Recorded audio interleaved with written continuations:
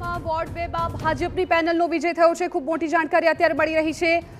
સાવલી પાલિકામાં વોર્ડ 2 માં ભાજપની પેનલનો વિજય થયો છે, એટલે જે શરૂઆતી રૂઝાન આવી રહ્યા છે તેમાં ઘણી એવી બેઠકો છે કે જ્યાં ભાજપની પેનલ છે એ વોર્ડમાં વિજય બનતી જોવા મળી રહી છે। ત્યારે અમારા સંવાદદાતા નરેન્દ્ર રાઠોડ અમદાવાદથી મતગણતરી કેન્દ્ર પરથી અમારી સાથે જોડાઈ ગયા છે।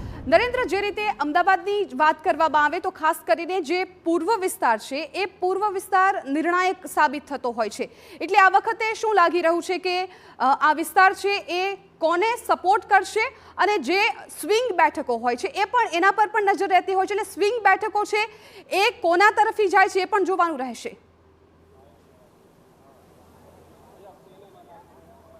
નરેન્દ્ર, જિજ્ઞાસા, આ વખતની કોંગ્રેસની જો સ્થિતિની વાત કરવામાં આવે તો બોર્ડ બનાવવા કરતાં સ્કોર સુધારો કેવી રીતના થઈ શકે એના પર ફોકસ સમગ્ર કોંગ્રેસનું રહેલું જોવા મળી રહ્યું છે। કોંગ્રેસની જો સમગ્ર કેમ્પેન પર નજર કરવામાં આવે તો પણ જે પૂર્વ અમદાવાદ છે એ પૂર્વ અમદાવાદ પર સૌથી વધારે ફોકસ કરવામાં આવ્યું હતું, ચાહે મુખ્યમંત્રી હોય, ગૃહમંત્રી હોય કે પછી અન્ય ભારતીય જનતા પાર્ટીના મહત્વના નેતા હોય, એમને છેલ્લા એક અઠવાડિયામાં સૌથી વધારે પ્રચાર જો કોઈ વિસ્તારમાં કર્યો હોય તો એ પૂર્વ અમદાવાદ હતો। અને જે મતદાનના આંકડાઓ સામે આવી રહ્યા છે એમાં પણ પૂર્વ વિસ્તારના જે મહત્વના કેટલાક વોર્ડ છે, ચાહે દરિયાપુર હોય, શાહપુર હોય, ઓઢવ હોય, ઠક્કર બાપાનગર અને એ સહિતના તમામ જે વોર્ડ છે એમાં સૌથી વધારે મતદાન થયું છે। થોડીવાર પહેલા મેં એ આંકડાઓ પણ આપને આપ્યા હતા કે ગત વખતે 2021માં જે મતદાન થયું હતું એના કરતાં આ વખતે ગરમી હોવા છતાં પણ 44 ડિગ્રી તાપમાન હતું, તો આમ છતાં પણ લગભગ 9.5% જેટલું વધારે મતદાન થયું છે। અને આ વધારે મતદાન જે થયું છે એ એવા વિસ્તારોમાં થયું છે કે જ્યાં છેલ્લા કેટલાક સમયગાળાથી જનતાનો આક્રોશ જોવા મળ્યો હતો। આ સિવાય કોંગ્રેસની જે સમગ્ર કેમ્પેન હતી એમાં પણ પશ્ચિમ અમદાવાદના પ્રમાણમાં પૂર્વ અમદાવાદ સાથે ભેદભાવ ભારતીય જનતા પાર્ટીના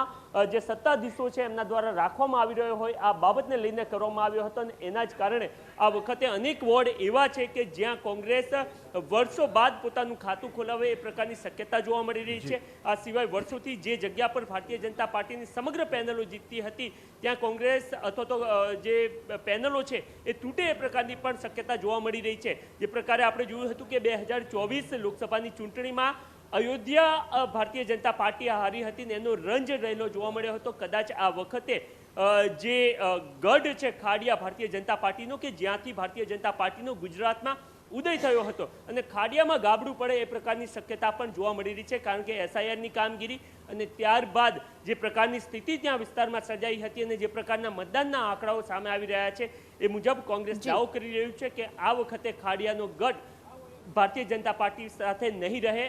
ત્યારે પરિણામો થોડી વારમાં આવવાની શરૂઆત થશે। પૂર્વના આપણે વાત કરી કે સમગ્ર કેમ્પેન કોંગ્રેસનું કયા પ્રકારનું રહેતું, પૂર્વના કેન્ડિડેટો આપણી સાથે જેમની સાથે વાત કરીએ।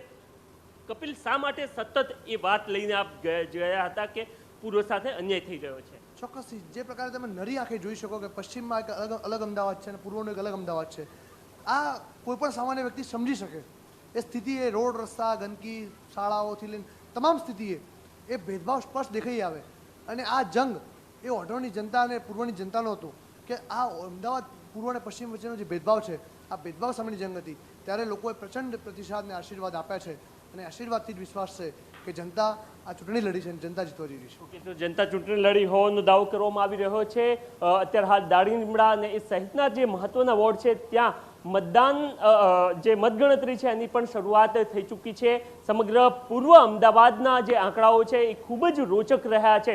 શાહપુર, દરિયાપુર, આ સિવાય જમાલપુર ગઈ વખતે AIMIM ની પેનલ જીતી હતી, ત્યારે આ વખતે કારણ કે સમગ્ર જે ગઈ વખતના પરિણામો આવ્યા હતા એમાં આપણે